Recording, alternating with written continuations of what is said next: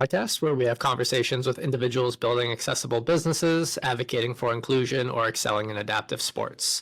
Our intention is never to speak on behalf of those with disabilities, but to provide a platform to amplify their voice and share their ideas for a more accessible and inclusive world.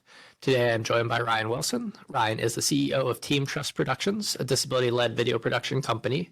Ryan uses his experiences of living with a disability to help organizations get their offerings in front of the right people. Ryan, thank you for joining me today. Yeah, thanks, Brady, for having me on. I'm happy to be here.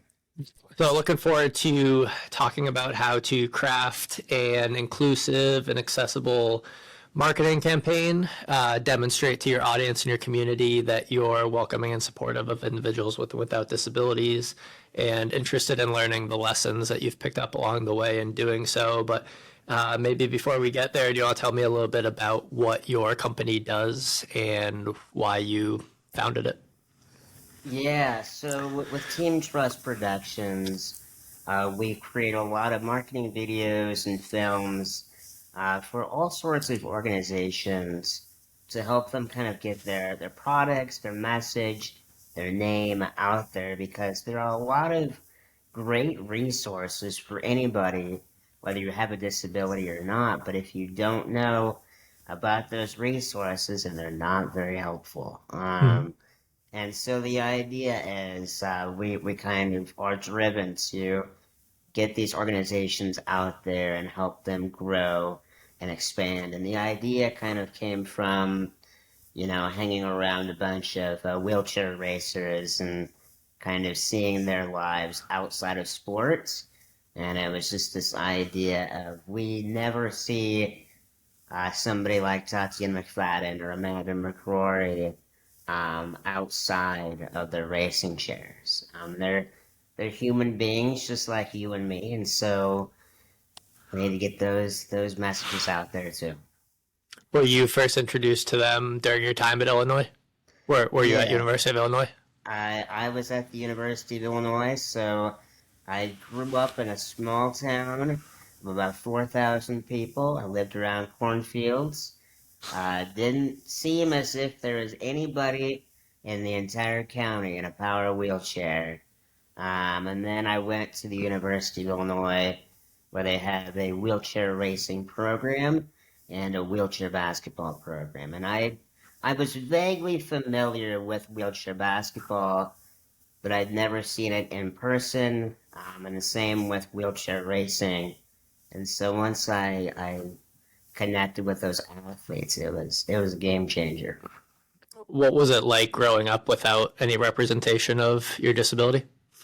I mean, not bad. I didn't really know what I could and couldn't do. I think a lot of what I was doing was by the scripts, and that I was doing everything that society told me not to do. So it was don't do this, okay, I won't do that. You're gonna get hurt, okay, I'll back off. So pretty simple, but it's just the way it is, and I learned, and look where we're at today. Do you think that lack of representation influenced you to start a company with the intention of providing more representation and like a platform for some of these individuals? Yeah, 100%. So, yeah, like I said, I vaguely knew about wheelchair basketball when I was younger, but what I knew was it was for athletes with special needs. Um, Probably not going to work for me, too dangerous. Um, but if I would have known about who these athletes were, and if I would have known that some of these athletes have my same disability, that would have been quite powerful. Yeah, absolutely. It's one thing I'm interested in is how my organization can get to the point where we're building out a team of ambassadors. We're supporting adaptive athletes in their pursuit of competition and training and trying to build that in as one aspect of our organization's offerings. Um, you mentioned depicting and showcasing these athletes outside of their chair and just as humans. What have you learned about disability representation in sport, and what do you think they can do more effectively to authentically represent these individuals? Uh, yeah, I mean, there are all sorts of things here. I think generally speaking, the message is focused on how inspiring these athletes are. So you don't expect somebody like me or somebody like Tatiana McFadden to compete in the Boston Marathon, and then they do. And so as a result, the idea is that they're overcoming their disability. They're super inspiring. How do they do that?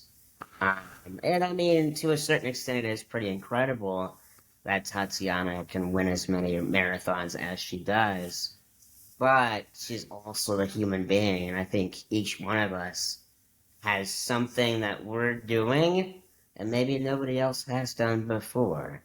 Um, and so a lot of what we try to do as Team Trust is we try to hone in on that message of, okay, what Tatiana did is great, but what if we looked at her beyond sports and we looked at all these different facets of who she really is? So we communicate a message that she is just a human being in a wheelchair.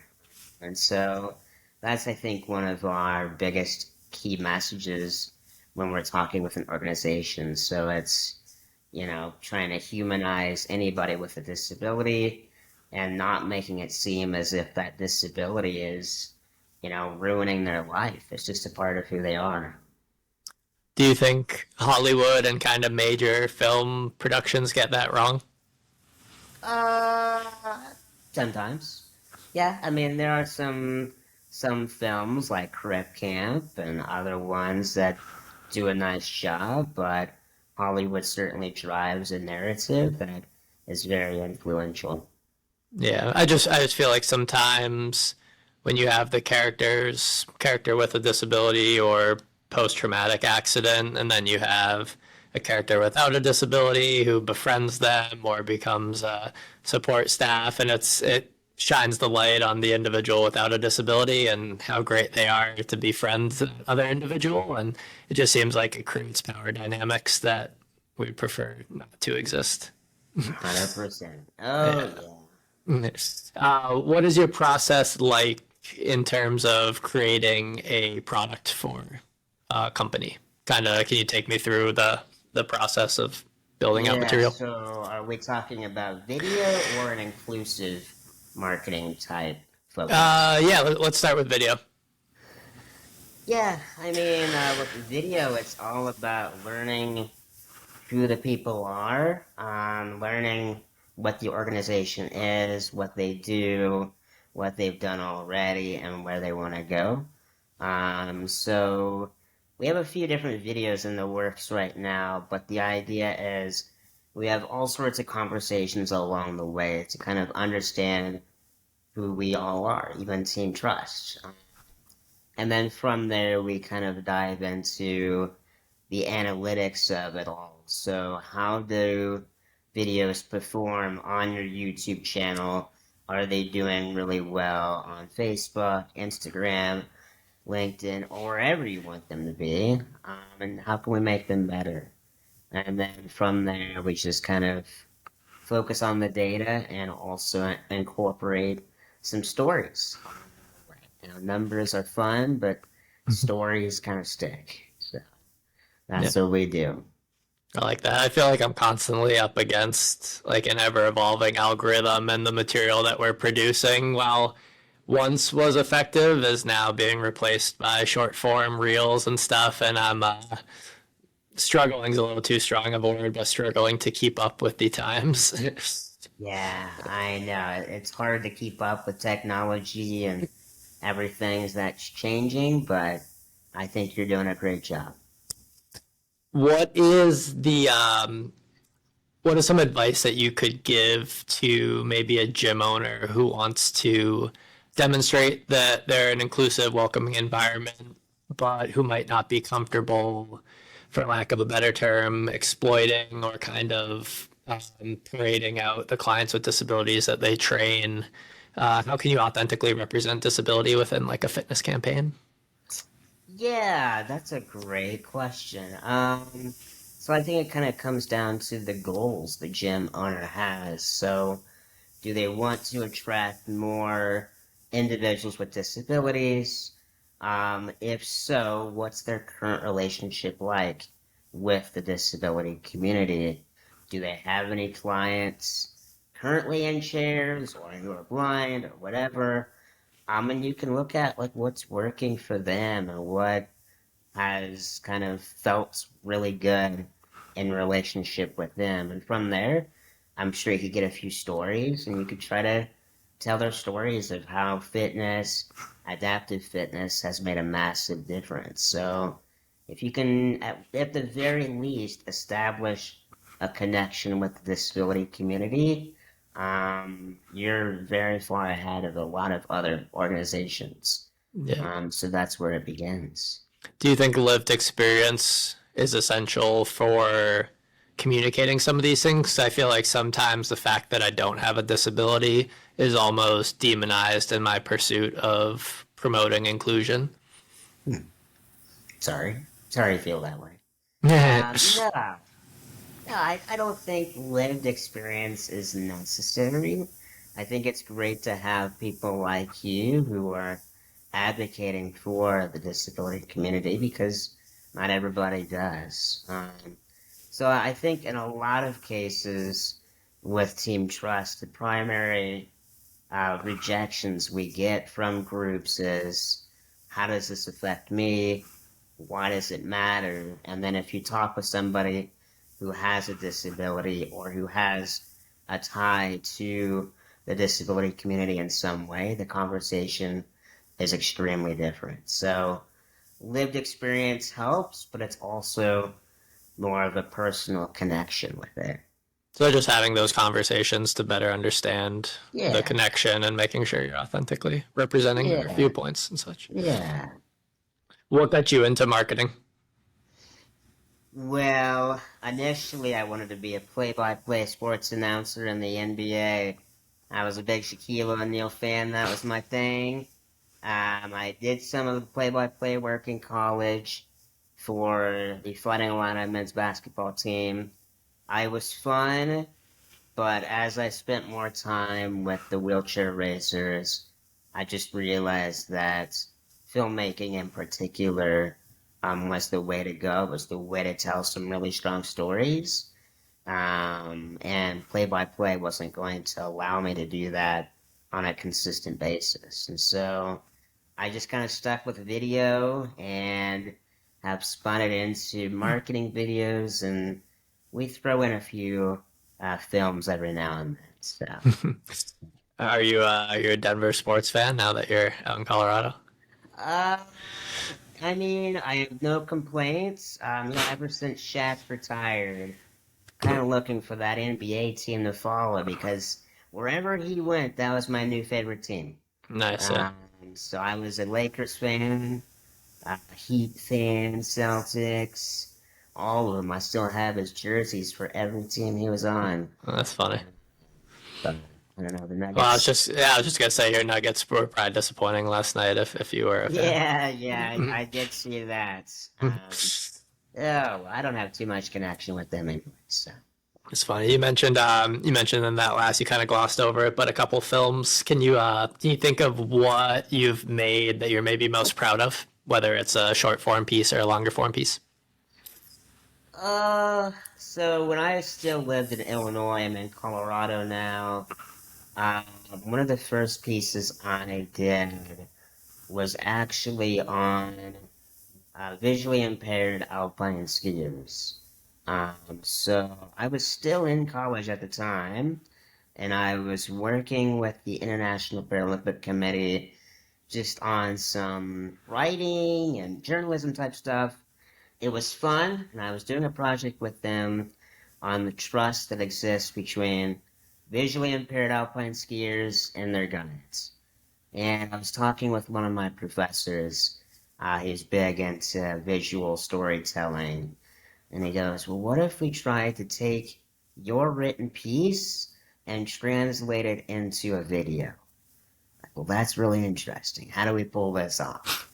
And so we ended up getting everything paid for. We made a road trip from Illinois to Winter Park, Colorado, strapped some GoPros on skiers, and it was really fun to kind of explore what trust means and what it feels like. And that's obviously something that still sticks with me quite well. Yeah, was that an influence behind the name of the company? You're not wrong. That's a good Hmm. catch. Yep. Hmm. Because a lot of trust exists when you're going down a ski slope at 60, 70 miles per hour and you can't see anything. You're not tethered together with your guide. All you're doing is going by what they tell you. Yeah, Yeah. I've never skied, but that sounds somewhat unappealing to me. At least the Gonna have six. to see it. Gonna have to try it eventually. I'll stick to running where my feet are on the ground and not going 60 miles per hour. Hmm. So going forward, how do you kind of envision your business evolving, or what do you want to accomplish in the coming years? Oh, there are all sorts of things. Yeah, we're kind of in a rapid growth phase, which is fun. So we have several videos going on in a couple of different states. And so I want to keep expanding our reach and our message, um, and keep looking at kind of more documentary or even, um, you know, movie type pieces because the marketing videos are great, but if we can also tap into some hidden stories, more like the piece on the skiers, and there's going to be a lot of power there that might be tough to leverage with an organization. So that's kind of a big focus we have right now is slowly and carefully easing into documentary style pieces. What's the type of client that you would want to reach out to you if someone heard about your organization and might want to work with you? Yeah, I mean, we work a lot with nonprofits. Obviously, nonprofits do quite a bit of work for the disability community, so pretty special there. But we're tapping into some tech groups and also higher ed. So a lot of fun, a lot of stories, and learning every day. And there's not necessarily a geographic barrier. You can work with organizations outside of Colorado. Oh yeah, we work with people in California, Hawaii, DC, Virginia. There's no limits, Brendan. That's what When I you like to look at hear. trust. Yeah. There you go. I might have to send you some stuff about the work we do and see what Yeah. we can come up with. That'd be awesome. Um, so maybe this is a question that we ask all the guests. What do you think the fitness industry could do to become more inclusive or accessible for people with disabilities? Yeah.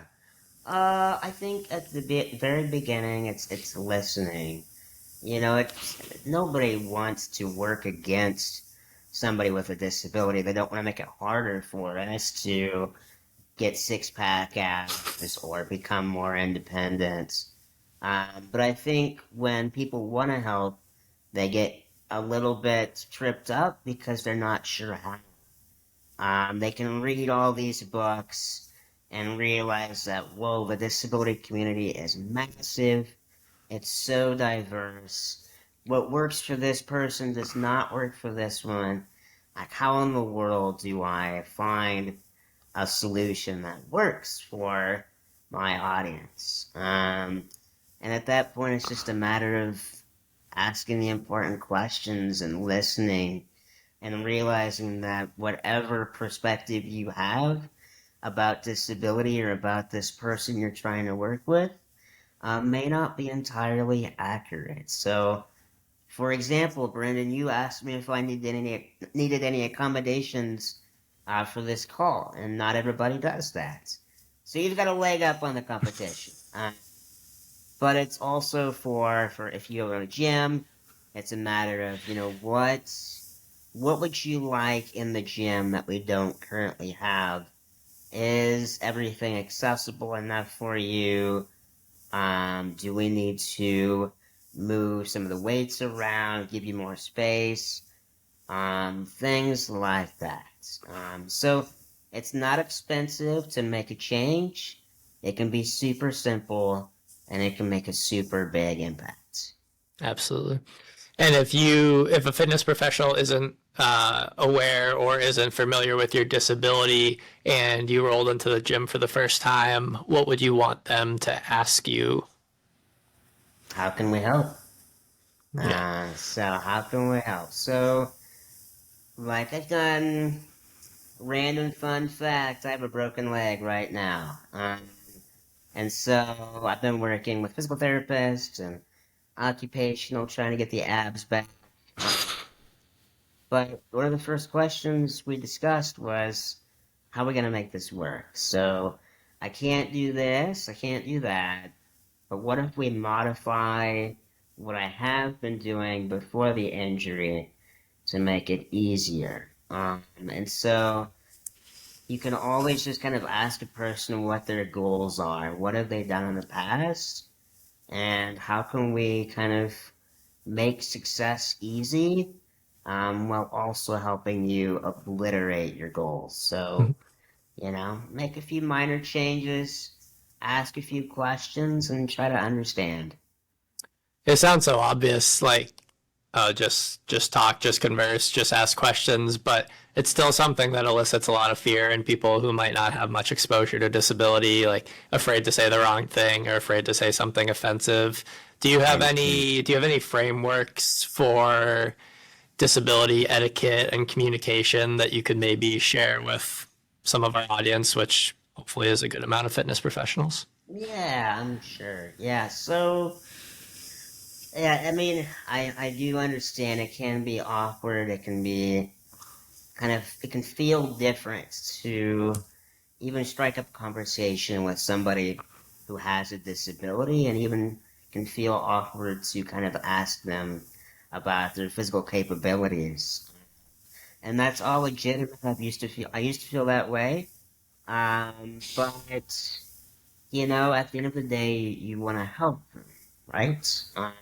So if you are running a gym or you're a fitness coach, you just kind of have to focus on the end result. So let's say I walk into your gym, Brandon, and I want to be able to lift 200 pounds, I can't do deadlifts. I can bench 200 pounds by December. And you might think, well, how much can he lift now? I max out at about 20. Okay, well, that's quite ambitious. So the focus is not the disability, it's the goal. And also, you're just working around any challenges or limitations that might come up. And even if it's just awkward to be around a wheelchair or somebody who's missing a limb, it's totally okay and natural to feel that way. But the more time you spend with them, uh, the more you'll realize that they're just like you. So that's kind of the ultimate message of, it might feel awkward, but eventually that awkwardness will lead to a connection. Yeah, that's very in line with in the course that we teach, we talk about kind of reverse engineering a client's goals. So you, like you said, you start with what they want to accomplish. You figure out what movement they have access to, whether they can grip a weight, whether they can't grip a weight, whether they can transfer from their chair to the ground or not. And then from there, you can kind of determine what exercises are available and start to put together a program that moves them towards that goal. So I mean, my big thing is just demonstrating that there's more similarities and differences when training people with and without disabilities. I hope that that lowers some of the confidence barriers for personal Mhm. trainers to get involved. Just kind of demonstrating that it's not quite as unique and challenging as it might appear. But Right, right, 100%. so if people want to learn more about the company that you run or the work that you do, and we can include exact links in the show notes, but where would you recommend that people connect with you? Oh, you can go to teamtrustproductions.com. Half of it's on my shirt. That's helpful. Teamtrustproductions.com. You can see what we do. You can even download our disability marketing guide, and that talks about inclusive language, some terms that don't exactly work well with the majority of the disability community these days. And you can also find terms that do work. And of course, also on our website, we have all sorts of videos, the skiing video, adaptive mountain biking, and why not some adaptive surfing in Hawaii. Nice. That's awesome. And I found you on LinkedIn. I think you're pretty active on LinkedIn as well, right? I am, yeah. Yeah, awesome. So we can include your profile on that as well if people want to connect with you. And yeah, I'm really looking forward to staying in touch and sharing some of the stuff that I do and maybe getting your feedback or even working with your company on how we communicate the work that we're trying to accomplish or the goal that we're trying to accomplish. Of I think course. I would really like that opportunity. So I appreciate you joining me today and sharing your sharing what you do. Yeah, of course. Thank you, Brendan. You're doing great work and keep it up, and I look forward to your conversations. Thank you for listening to the AdaptX podcast. Our effort to amplify the ideas of our guests and create more inclusive and accessible industries is futile unless these episodes reach a larger audience. If you enjoyed our discussion today, please leave us a rating or a review on whichever platform you use. And if you would like to learn more about AdaptX, the course that we teach to health and fitness professionals and the projects that our organization is working on, you can subscribe to our newsletter through our website, www.adaptx.org. Until next Monday.